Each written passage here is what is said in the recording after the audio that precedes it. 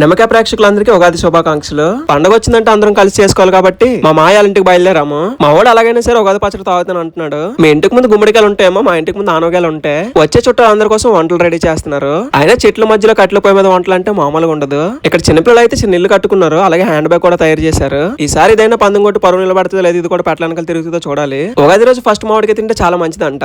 మా వాడైతే నాకు ఆ మామిడికాయ కావాలంటున్నాడు. ఈ ఆడలతోనే ఆగలమమ్మ కానీ చిన్నపిల్లలతో అసలు ఆగలేము. టేస్ట్ అయితే దూల ఉందంటున్నాడు మా వాడు. ఈలోపే చుట్టాలు ఇంకా మా చిన్నమయ్యాలు వస్తే వాళ్ళ టిఫిన్లు పెట్టేశాము. ఈ సాంబార్ మిగిలిపోయి వేసారో ప్రేమ చేశారు నాకు అర్థం కాలేదు. ఇంకలో పక్క పూజ కూడా మొదలు పెట్టేశారు. చేతి కంకణాలు కూడా కట్టేసుకున్నారు. ఇలా పెద్దవాళ్ళ దగ్గర ఆశీర్వాదం తీసుకోవడం మా సద్గురు సాంప్రదాయం. మా బామద్దుడు అయితే నాకు టవలేశాడు. ఈ వంట కోసం తెచ్చిన చాకోని ఇలా లాగేసుకున్నారు. మా లేడీస్ ని కానీ వీడియోలో పెట్టలేదంటే నాకు అన్నం పెట్టరు. అప్పట్లో అలా జరిగిందా అంటున్నాడు మా మాయ. ఇంకా మా వాళ్ళు అయితే వడ్డించడం మొదలు పెట్టేశారు. ఇందులో గుమ్మడికాయ కూర పులిహోర అమ్మ వండిందంట. ఈ సాంబార్ వడ్డించామంటే కొంతమంది నీట్ గా కావాలంటారు, కొంతమంది ఏమో ముక్కలు ఆకులు అని అడుగుతారు. ఇంకెలా ప్రతి ఒక్కరు మన పాడు వంటలు ఆతిథ్యాన్ని సేకరించారు. మా అత్త వాళ్ళు అయితే నేను పెట్టిన గుమ్మడికాయ చారు చాలా బాగుంది అంటున్నారు. ఈ గ్యాప్ లో ఒక ఎంటర్టైన్మెంట్ రీల్ కూడా తీసాను. అయినా పులిహోరలో పెరిగేసుకు తింటే ఆ కిక్కే వేరు. ఇలా ఉగాదికి అన్ని చేశాను కానీ ఉగాది పచ్చడి తాగడం మర్చిపోయాను.